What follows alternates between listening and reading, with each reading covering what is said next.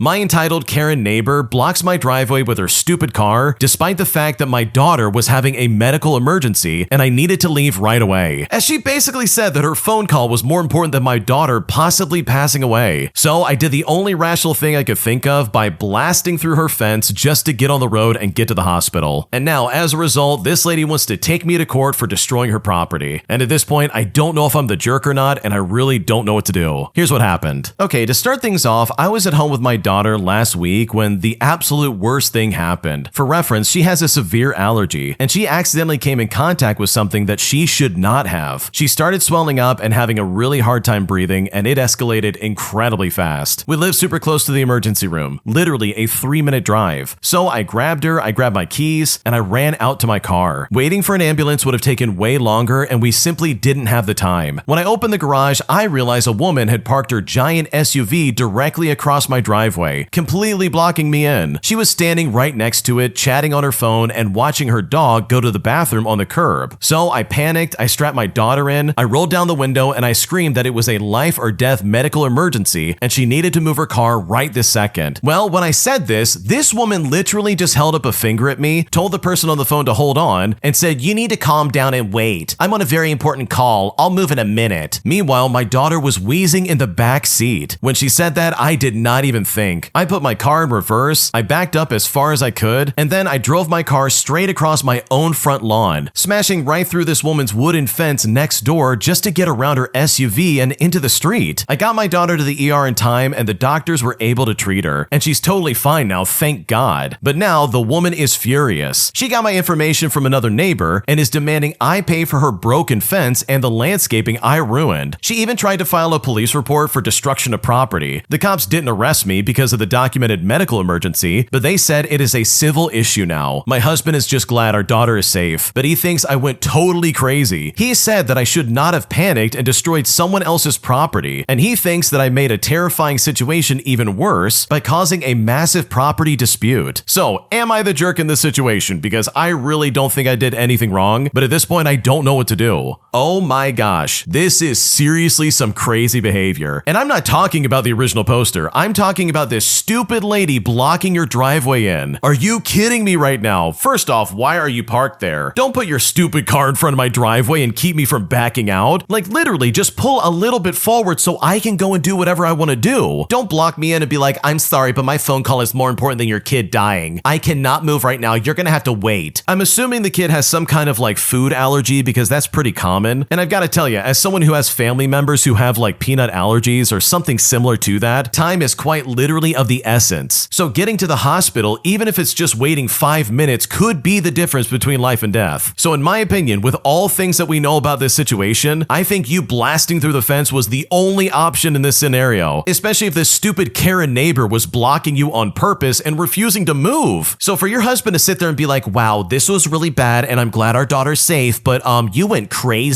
You know, just because our daughter's dying doesn't mean you have to destroy someone's property. But like, dude, I would blast through 1,000 fences if it means saving my kid's life. What are you talking about? How is this even comparable? Like, your husband's completely an idiot. And sure, this is a civil matter and you can fix the fence, but in my opinion, this lady's absolutely to blame. If she had not been blocking your driveway and literally just standing there in the way, then you would not have had to have bust through the fence like that. So no, you are not the jerk. I honestly just could care less about any kind of like property dispute this lady has, because at the end of the day, you are totally justified. Because if she didn't want her fence destroyed, then she should have gotten out of the way and not blocked your driveway. If you like Am I the Jerk, you're probably going to love Am I the Genius. Check it out, link down below in the description. Also, go to amithejerk.com/submit if you would like to submit your own stories. Am I the jerk for changing the Wi-Fi password after my roommates kept using my gaming PC while I was away, resulting in one of the most frustrating experiences when I got back because literally everything was different on my computer and it really pissed me off. Here's what happened. Okay, so I live with two other roommates who are both in their early 20s just like me. We split rent evenly, but most of the stuff in the apartment is mine because I moved in first. We're talking the TV, the couch, the router, and my gaming PC setup. My PC is in the living room because my room is small.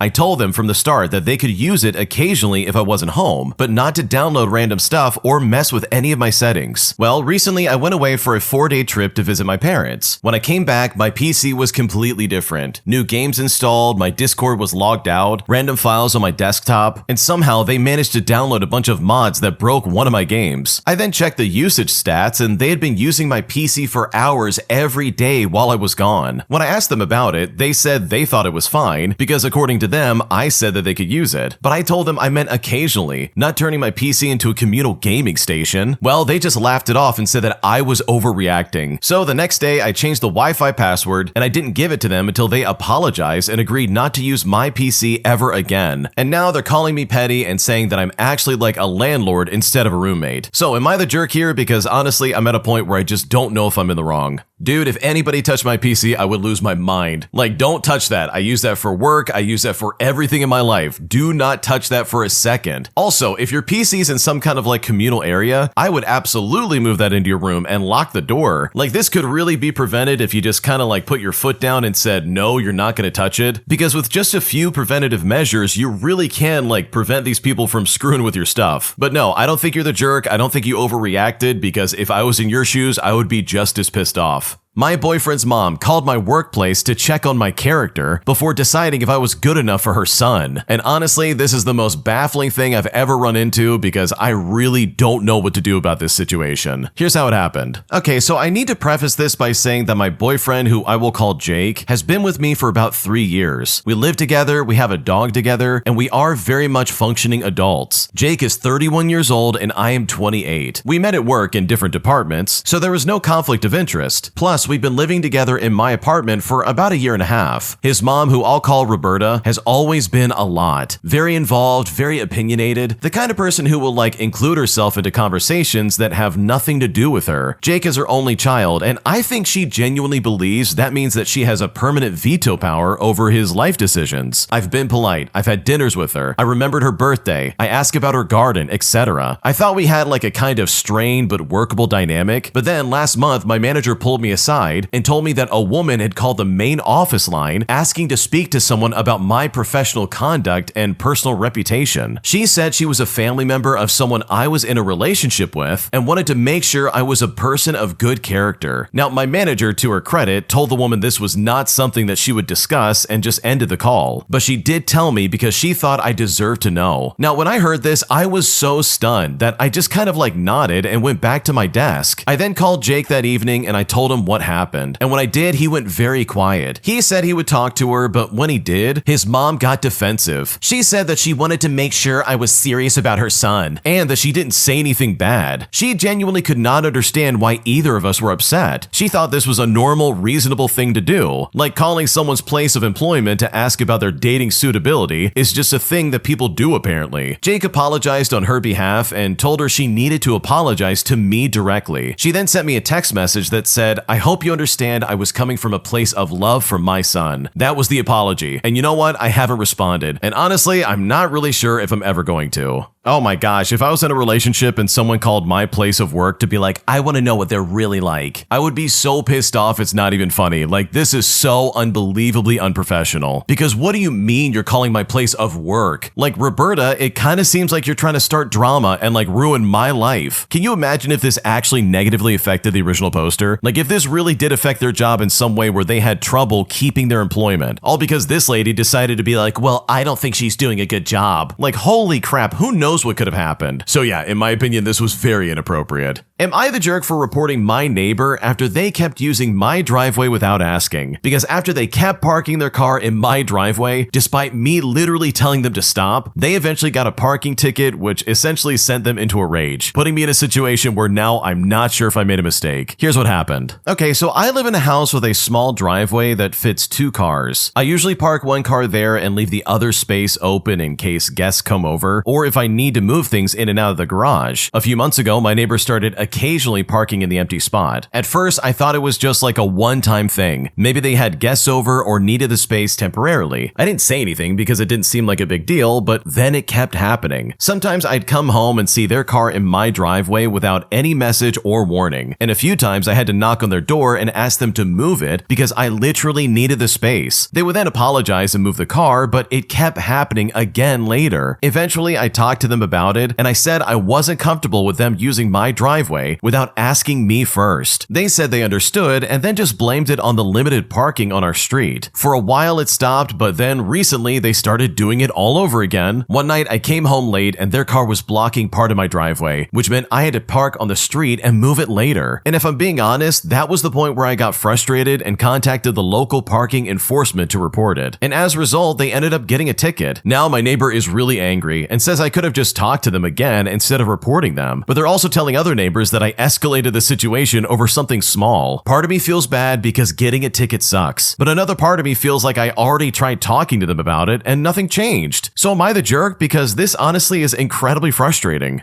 Bro, if someone's parking on my private property, then yeah, I'm gonna absolutely get them in trouble. Whether that's a parking ticket or even like towing them if it's so like flagrant. And seriously, these neighbors are trying to be like, wow, you escalated this. It's like, dude, I didn't escalate anything. All they had to do was not park in your driveway and they wouldn't get in trouble. Like they would not have a ticket of any kind and everybody would be happy. I don't care if there's bad parking on the street. Like it's not my problem. That doesn't give you the right to park in my driveway. Like what are we talking about right now? So yeah, this is some weird behavior. I don't think you're in the wrong. I don't think you're the jerk, because at the end of the day, your neighbors are very entitled and the way they acted was very rude. An entitled mom complains to my manager about me, all because I was doing my job and trying to keep everybody safe, which honestly was super frustrating and it really pissed me off. Here's what happened. Okay, so this happened a few months back. At the time, I was working in the mall and my company had opened up this new exhibit that was this sort of like interactive art experience. One of the rooms is essentially a giant artsy ball pit. Because this was a mall and only so many renovations can be made on what's supposed to be a temporary place, this 4-foot deep ball pit was essentially a big safety hazard. The bottom of it was just concrete covered by a thin layer of carpet, so there was absolutely no jumping into the pit just for safety. One day when I was on lot duty, there was this family with a few kids, including a younger son. Before anyone enters the area, I'm supposed to explain all the rules to them, including the no jumping rule. But this kid just runs past me and straight into the ball pit. Thankfully, the mom is decent at this point and has him come back. And it's here that I explain the rules to them. Well, they go in, I watch, and I already know this kid is being a problem. The jumping is only one of the things the family was blatantly ignoring. I had explained to them that they should put any personal belongings in the cupboards we had, but the mom just let this kid bring his iPad into the ball pit with him. Now, technically, this isn't against the rules, but it's not a smart idea to bring an iPad into a ball pit where it can easily get lost, but whatever. But the real problem started when this kid starts getting out of the ball pit and jumping back in. I see him doing this, and I tell the mom again that he can't be jumping into the pit. She just says, okay, and tells the son that he can't be doing that, but she doesn't actually do anything to stop him. He does it repeatedly, and I tell her several times that there's no jumping allowed, but the same thing just happens again. She tells him to stop and then does nothing as he just continues to get out and jump back in. Well, eventually I'm fed up, and I say directly to the kid, you can't be jumping into the ball pit. If you keep doing that, you're gonna have to leave. Well, after this, the mom finally takes her kids out and they leave. I then find out later that this entitled mother actually complained to my manager, saying, oh, I didn't like how that person spoke to my son. He was saying he was gonna kick them out. I don't like that. And if I'm being honest, I am so tired of these idiot parents not showing their kids that their actions have consequences, and that breaking the rules means that they lose privileges. You can't just tell your kids no and expect that to be the end of it, especially when they keep doing the same thing that they aren't supposed to do.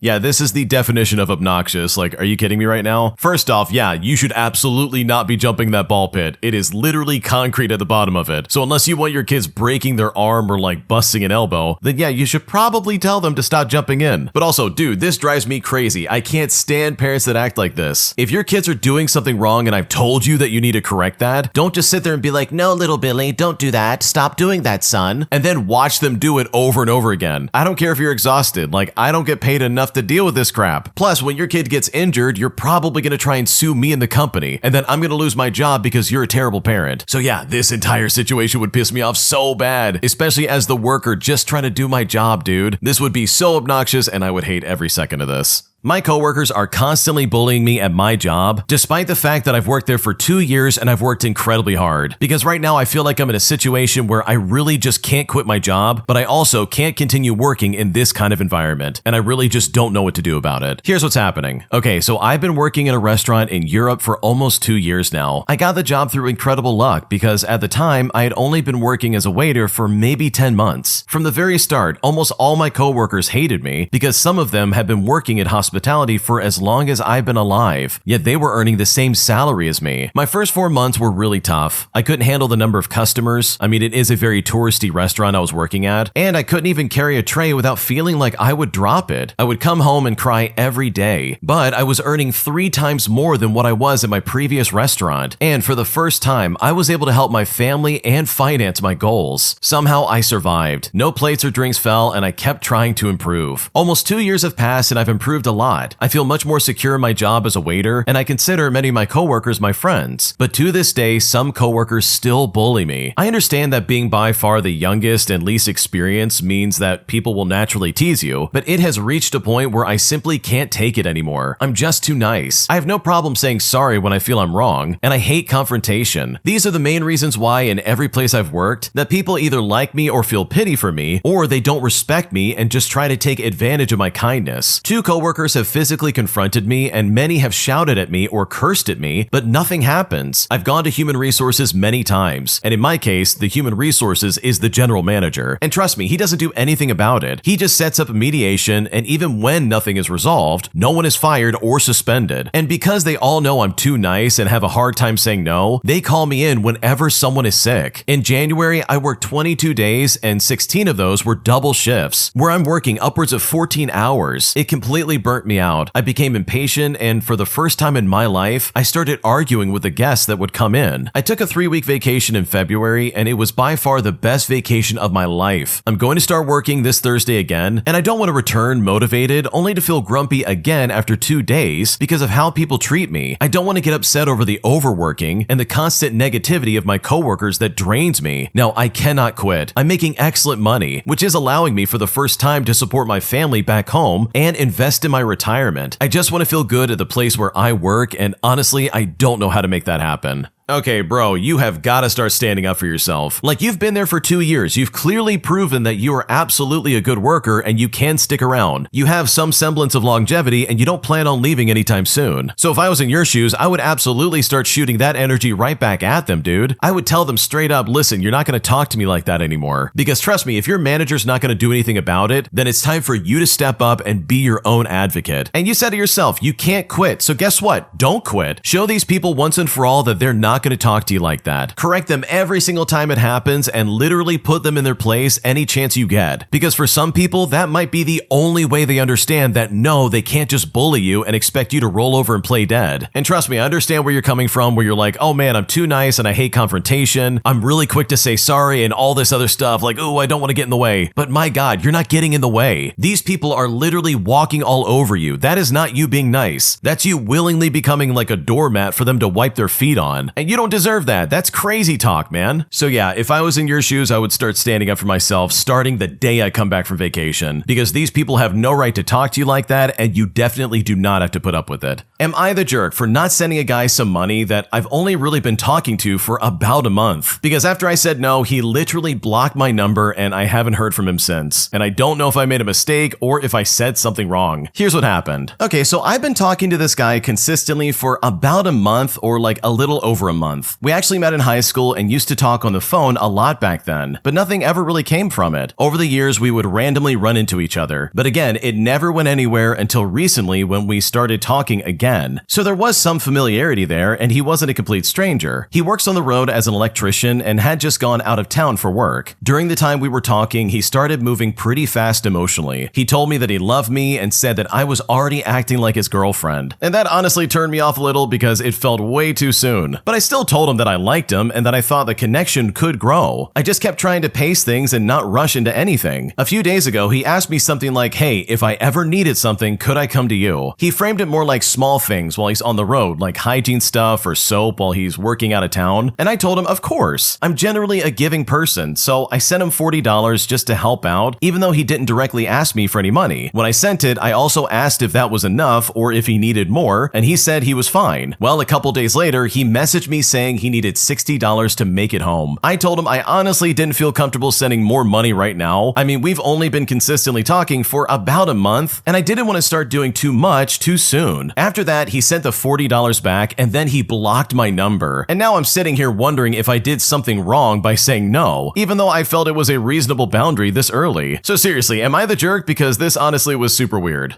Okay, this is a giant walking red flag in my opinion. This guy seriously had some kind of like ulterior motive, and you just happened to call him out on it before he could like slowly string you along. Like this guy's like, hey, I need $60 more to get home, and you're the only person who can help me out. Like that's honestly how he was like trying to make it sound. Especially when he let it in by like, hey, could I ask you for like some things every now and then? Like, yeah, dude, okay, I already sent you $40. If you can't get home, then you're clearly not saving your money properly. And I think a really good indicator that someone has like nefarious intentions is by the way they react to when you say no. Because this guy, when you said, hey, sorry, I can't really give you any more money, he blocked you and literally sent the money back. Like, dude, what are we doing right now? Why is that your reaction? Why not say something like, oh, no worries, I'll figure something out? Especially if you like the girl. Like, dude, you did just say that, yeah, you're almost like my girlfriend. Like, that is obnoxious, and clearly it's just him lying, like, obviously. So no, you're not the jerk. This guy was clearly trying to scam you or something like that, because his reaction was a little bit weird, and I think you made the right choice. My toxic friend goes on a spending spree after she steals my debit card as well as some of my jewelry straight out of my house, racking up over $1,000 in expenses and overdraft fees. But after finding out the truth, I decided that I was going to get some revenge by forcing her to pay me back, otherwise I was going to the police. Here's what happened. Okay, so this happened many years ago. At the time, I was young, married, and pregnant, the perfect trifecta to be socially ostracized. Most people felt that I had married up, as my husband came from money and had a good job, which meant, unlike most young married people, I had a beautiful home and nice things. Just about everyone my age was either in college or still in high school. Most of the people I knew who were married and pregnant were much older than me, and so I was having a hard time. Naively, I initially tried to make and maintain friendships with people my age or even just a little bit younger, but this was a problem for so many reasons, not the least of which being that when you're young, lonely, and have nice things that most other young people don't have, you can draw the wrong kinds of friends. I developed a friendship with a girl who was finishing up her senior year in high school. We had gone to the same school, and she was a freshman when I was a junior, and we had some friends in common. She started coming over to my house and hanging out, and one evening she asked if she could bring a friend over to the house with her for dinner, and I said sure. At one point that evening, my friend's guest asked to use the restroom. My husband and I explained where it was, but we didn't escort her, trusting that she would find it herself. She then walked around the corner, basically in the direction of said bathroom, and came back shortly afterwards. The night then ended with no clue on my husband's part or on my part that things were about to get incredibly crazy. About a week later, I couldn't find a pair of earrings I wore on my wedding day. My husband bought me a pearl and diamond necklace and earring set as a wedding gift. We tore the house apart looking for them, but to no avail. My husband then said that I must have set them down somewhere and just forgotten, but that we would eventually find them. Now, I was anxious about it, but I knew the last place I'd had them was at home. We also had not done any major deep cleaning or vacuuming, so I knew they had to be around here somewhere. A few weeks went by, and I suddenly noticed one of our checking accounts that we set up as a business account for my husband when he was contemplating starting a side hustle was massively in the negative, to the tune of almost $1,000. Most of it was overdraft fees, because we didn't keep much of a balance in that account anyways. I immediately called my husband and I told him that we had a large negative balance in that specific account. Now, neither of us had been using the debit card for that account mistakenly, so we began reviewing the charges. Well, all the charges were for a store at the same local mall, and these were for places that teenage girls would typically shop at. There were dozens of small to medium purchases, each followed by a $25 overdraft fee once they spent the initial balance we kept in the account to avoid penalties. And this all added up to about $1,000 in total theft. Now, we had not had many people over, and we specifically kept the debit card in our master bedroom, so it was pretty easy to figure out what happened and just who was responsible. It also wasn't that much of a hop, skip, and a jump to also figure out where my earrings went. Now, the word pissed off doesn't begin to describe my mental state. I had been incredibly generous with this friend. I had welcomed her into my home. I had cooked for her and her friend. I called every store in the mall, and I began asking if they had any security cameras. Now, most did not, but one store had just recently installed security cameras due to issues they had with shoplifting. They let me know that while they had recorded footage from the day in question, they could not hand it over to me, but they would be happy to hand it over to me if I filed a police report. I then contacted my bank, and I asked them what the procedure was for declaring fraudulent charges and reversing them. They then indicated that an investigation would need to take place and that I had a limited amount of time to make that decision decision before I permanently assumed responsibility for those charges. They also made it clear that the overdraft fees would not be reversed unless I declare the charges were fraudulent. Well, I did more digging, and $2,000 in theft was the cutoff for felony charges. My earrings were worth approximately $800, and we had about $1,000 worth of charges plus overdraft fees in the checking account. So with this, I contacted my friend, and I let her know the horrible news that someone we had over at the house had stolen from me. I explained to her that my pearl earrings from my wedding had gone missing, and that someone had stolen my debit card that we kept upstairs in my master bedroom before running up charges at the mall. Well, when I said that, she seemed very sympathetic and said, "Oh, well, that is just so terrible." But it's here that I told her a very nice little white lie, that we were going to pursue felony charges, since between the earrings, the charges at all of these stores, and the many overdraft fees, more than $2,000 worth of theft had occurred. Well, when I said this, she was quick to chime in with the information that she was pretty sure there would be no way to prove who'd used the debit card, as the store malls that I'd mentioned didn't have any security cameras. And you know what? When she said that, a light went off in my head. Bingo. Thanks for all but confirming what I already knew. That's when I helpfully supplied the information that one of the stores had just recently installed security cameras, and that they were preparing to hand it over to the police once I filed a report. After I said that, she got extremely quiet and said that she had to go. Not so surprisingly later, she called me back shortly after that and asked if she could come over. She then showed up within 30 minutes, not only with my pearl earrings and debit card, but also a small diamond ring I inherited from my great aunt that I had no clue was missing. And this is something I had never worn, and I primarily held on to it for sentimental reasons. She then had a very well-rehearsed little explanation. She said she hadn't stolen anything from me. Apparently, her friend snuck up my stairs into my bedroom and stole some of my jewelry and my debit card under the pretense of using my bathroom. When I pointed out that clearly she knew about the theft, and yet she said and did nothing, she began crying, arguing that she was in a difficult spot. I didn't want to betray my friend, meaning that clearly I didn't qualify as a friend. She then confessed that there were multiple others involved in shopping sprees at the mall, including her, meaning that she seemed quite content to participate in racking up charges on my checking account along with her friend, despite claiming that she had not stolen from me. I was honestly devastated by the near loss of sentimental pieces of jewelry, which I felt incredibly fortunate to have back, and this made it incredibly easy for me to shut down her attempts at emotional manipulation. I made it clear under no uncertain terms that as far as I was concerned, whatever happened next was up to them, and that I had no problem seeing them all charged with felony robbery. Now, 2 of the 4 were 17 and the others were 18, so felony charges could have been a pretty big deal. I then demanded all the names and the parents' contact information, and I made it clear that if I didn't get it, I was absolutely going to the police. I called the parents and informed them of what their little angels had done, and I also informed the parents that I would provide their children with the opportunity to repay the full amount of what they charged on my checking account, plus all the overdraft fees. I then made it clear that this was a time-sensitive offer that expired with about a week of buffer time in terms of the deadlines to file fraud with my bank in case they failed to follow through somehow. Well, needless to say, the parents were horrified by the behavior and extremely grateful for my offer. And you know what? It was quite satisfying to know that the 4 of them had to get jobs and work long hours over the next few weeks just to pay me back. At one point, my former friend tried questioning me about the amount they owed and actually claimed it seemed like way more than what they spent and that this was just not fair. But I took great pleasure in explaining how they racked up overdraft fees that the bank refused to reverse unless I filed fraud claims. Their little shopping spree had cost them about 3 to 4 times what it would have been if they had just used their own money. My former friend also tried to ask for more time and insisted it was too hard to pay me back in such a short period of time. I then took great pleasure in asking her point blank why I should even trust them or take a risk on them given their recent actions. And when I said that, that literally shut her up pretty quickly. Ultimately, I received all my jewelry back and I was repaid for all of the charges and the overdraft fees. And thankfully, I never spoke to any of them ever again. Oh my gosh, dude, I would lose my mind if this was me. Like, this is some crazy stuff, dude. They literally robbed you. They went up to your bathroom and just stole stuff, straight up took your debit card and some jewelry and said, "Oh my gosh, we're gonna have so much fun." Like, honestly, how calculated can you possibly get? These people knew exactly what they were doing. They tried to go to stores that had no cameras or anything like that, and they probably thought for a second they were scot-free. Oh yeah, we're gonna get away with this. Like, holy crap, talk about having no moral compass. And no, them being teenagers has nothing to do with this. It doesn't take a genius to say, okay, maybe I shouldn't rob my friend. And I also just love the fact that this idiot's trying to be like, I need more time. This isn't nearly enough time to get this done. This isn't fair. But it's like, dude, none of this is fair. You literally robbed me blind, bro. Like, what are you talking about? That's what's not fair, not the fact that you have to work to try and pay off your debt. So yeah, I think this whole scenario is hilarious, and these these people deserve to get punished, especially if they're gonna lie to your face and try and get away with it in the way that they did. If you like Am I the Jerk, you're probably going to love Am I the Genius. Check it out, link down below in the description. Also, go to amithejerk.com/submit if you would like to submit your own stories. An entitled Karen screams at me and my mom for not supervising her kids while we were at the pool, leaving me and my mom stunned that anyone would think we would be a free babysitter for kids that we literally don't even know. Here's how it went down. Okay, so I was 25 years old when I was on a beach vacation with my mom. We were in the shared condo pool enjoying a quiet swim when a group of unsupervised kids, maybe between the ages of 6 and 10 years old, jump in and join the pool. And there were no adults anywhere except for me and my mom. Within minutes, they started doing really dangerous stuff. Stuff like diving into the shallow end and holding each other under the water. Well, as a result, we got out because we didn't want anyone to think that we were responsible if one of them got hurt. And while we were drying off, a woman finally walked in. We politely asked if they were her kids and then mentioned what they were doing. Now, instead of,